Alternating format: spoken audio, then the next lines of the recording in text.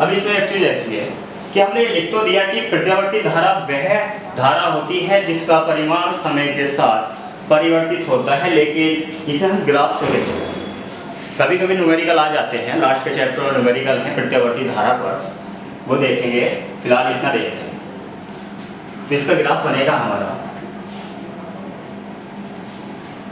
ये हमने ले लिया समय सेकेंड में, और ये हमारी होगी धारा।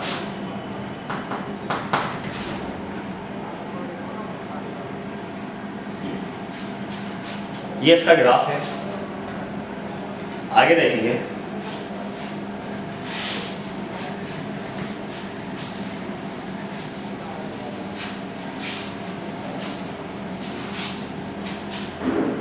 अब इसमें आता है कि एक कूलाम आवेश कितने इलेक्ट्रॉनों के बराबर होता है। ऑब्जेक्टिव में बहुत क्वेश्चन आता है कि एक कूलाम आवेश कितने इलेक्ट्रॉनों के बराबर होता है। तो ये देखेंगे, हमारा क्वेश्चन ये आता है कि एक कूलाम आवेश कितने इलेक्ट्रॉनों के बराबर होता है।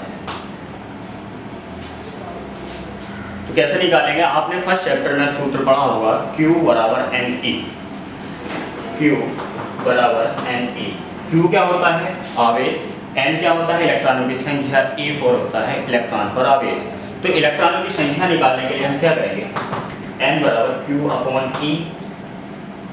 Q मतलब एक कूलाम, Q का मतलब एक कूलाम, क्योंकि हमें क्वेश्चन में दिया है कि एक कूलाम आवेश कितने इलेक्ट्रॉनों के बराबर होता है, ये हमें ज्ञात करना है। तो Q मतलब एक कूलाम, और इलेक्ट्रॉन पर आवेश कितना होता है 1.6 गुणा 10 की घात माइनस के 19 कूलाम। और आपने एक चीज और देखा कि ये बराबर का चिन्ह क्या प्रदर्शित करता है, कि बराबर का चिन्ह क्या प्रदर्शित करता है कि दोनों ओर की साइडें बराबर है, कि इधर का परिमाण इधर के परिमाण के बराबर होना चाहिए मात्रक सहित, तब तो हमारा सवाल ठीक है। अगर मात्रक गलत आ रहा है दोनों का अलग अलग, तो हमारा सवाल गलत है। तो इस चीज को भी ध्यान में रखेंगे। देखो कूलाम आवेश का मात्रक कूलाम, और इलेक्ट्रॉन पर आवेश 1.6 गुणा 10 की घात माइनस के 19 कूलाम। तो कूलाम से कूलाम कैंसिल, तो यहाँ पर बन जाता है n बराबर 1/1.6 गुणा 10 की घात माइनस के 19। अब मात्रक कोई नहीं, अब संख्या, ओनली संख्या आई। तो देखेंगे n बराबर कितना आ जाता है यहाँ से,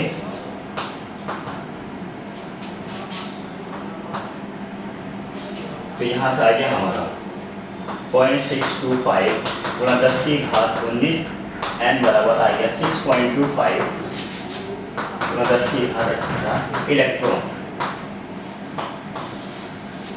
एक चीज, जब हम कक्षा 11 में बीमीय विश्लेषण पढ़ते हैं तो उससे बहुत फायदे हैं। कितना भी बड़ा न्यूमेरिकल हो हम बीमा के आधार पर कर लेते हैं।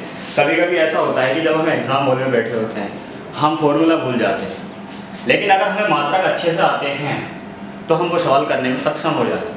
तो इस चीज़ को भी देखेंगे। फिलहाल हमने ये किया, अब आगे देखते हैं।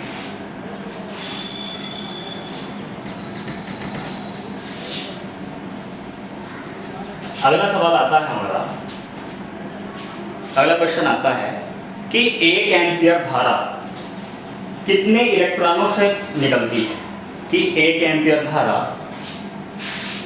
क्वेश्चन है 1 एम्पियर धारा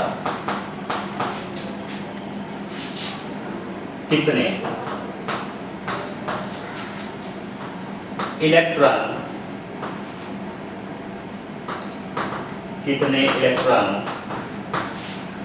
के प्रवाह से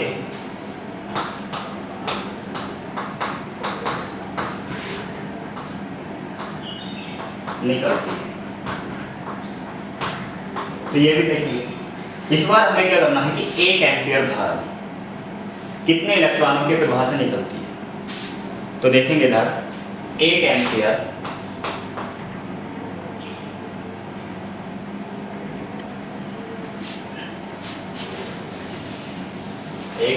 धारा प्रति सेकंड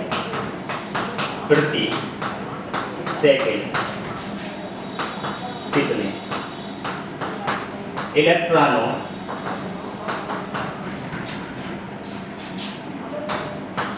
के प्रवाह से निकलती है।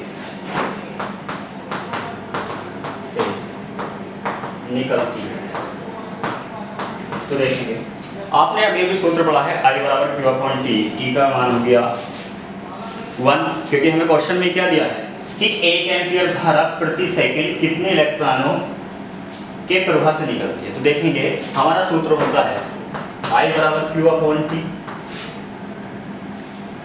और अभी अभी हमने पढ़ा है कि Q बराबर क्या होता है NE अपॉन T। NE की वैल्यू कितनी होती है देखते हैं।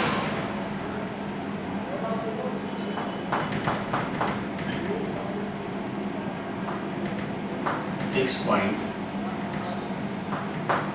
25 गुणा 10 की घात 18/1, तो I बराबर आया इलेक्ट्रॉन प्रति सेकंड, इलेक्ट्रॉन प्रति सेकंड, तो I बराबर आ जाएगा 6.25 गुणा 10 की घात 18 इलेक्ट्रॉन प्रति सेकंड।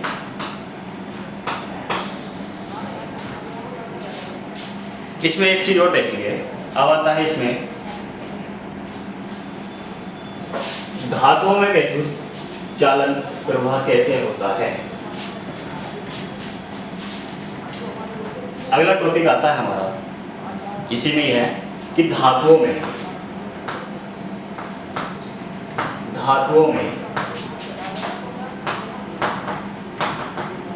विद्युत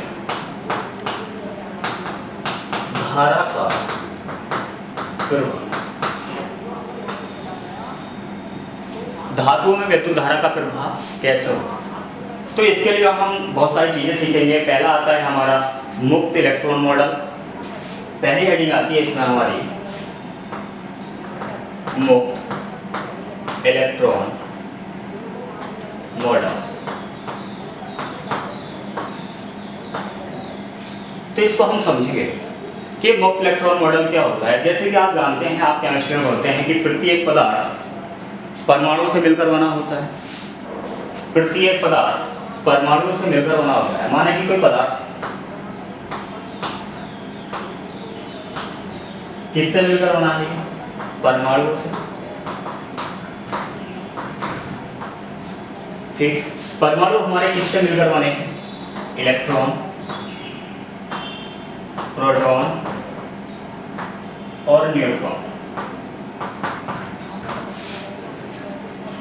और आपको पता है कि इलेक्ट्रॉनों के प्रभाव से हमारे विद्युत धारा बहती है, और हमारे इलेक्ट्रॉन यहाँ पर हमको दिखाई देंगे कि इलेक्ट्रॉन है, तो इसका मतलब विद्युत धारा बहेगी। लेकिन इलेक्ट्रॉन तो अधातु में भी होते हैं, तो उसमें विद्युत धारा क्यों नहीं बहती, ये भी हम समझेंगे। तो देखेंगे, आपको पता है कि माना अगर मैं इसका, ये कोई पदार्थ है, इसका नाभिक है, और आपको पता है कि परमाणु में क्या होता है कि एक नाभिक होता है जिसमें धनावेश एकत्रित होता है, उसके चारों ओर अपनी अपनी कक्षाओं में बहुत से इलेक्ट्रॉन घूमते रहते हैं। जो इलेक्ट्रॉन नाभिक से अधिक दूरी पर होते हैं उन पर आकर्षण बल कम लगता है, जो इलेक्ट्रॉन नाभिक के पास वाली कक्षा में होते हैं उनमें आकर्षण बल बहुत अधिक होता है। तो अभी बताया मैंने कि जो इलेक्ट्रॉन नाभिक से अधिक दूरी पर होते हैं उनमें आकर्षण बल कम होता है, जिनको थोड़ी सी ऊष्मा देकर ही बाहर निकाला जा सकता है। और किसी भी परमाणु की आखिरी कक्षा में या अंतिम कक्षा में इलेक्ट्रॉनों की संख्या या इलेक्ट्रॉनों को संयोजी इलेक्ट्रॉन कहते हैं। तो आपको पता होगा कि विद्युत चालन भी संयोजकता पर निर्भर करता है। किसी पदार्थ में जितने अधिक मुक्त इलेक्ट्रॉन होंगे विद्युत धारा का प्रभाव उतना ही अधिक अच्छा होगा।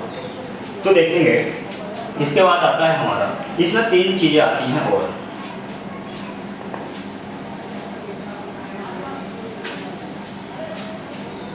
मुक्त इलेक्ट्रॉन मॉडल, इसकी थ्योरी मैंने ये बताई है। इसमें एक आता है जब इलेक्ट्रॉन गति कर रहा है तो किसी न किसी चीज से टकराता भी है और वो दूरी भी तय करता है। सारी चीजें देखेंगे। तो पहली हेडिंग आती है इसमें माध्य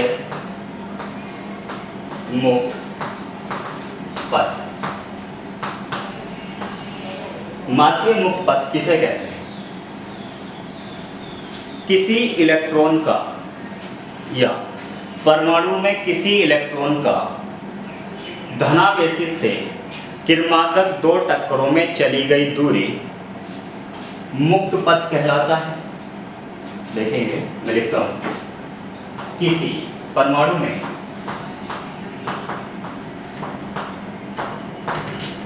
किसी इलेक्ट्रॉन की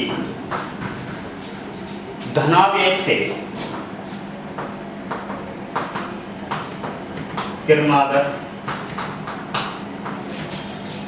दो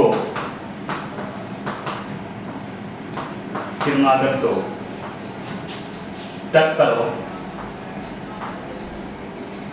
के मध्य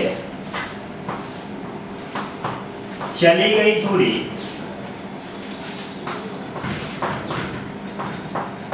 गई दूरी मुक्त पथ कहलाती है।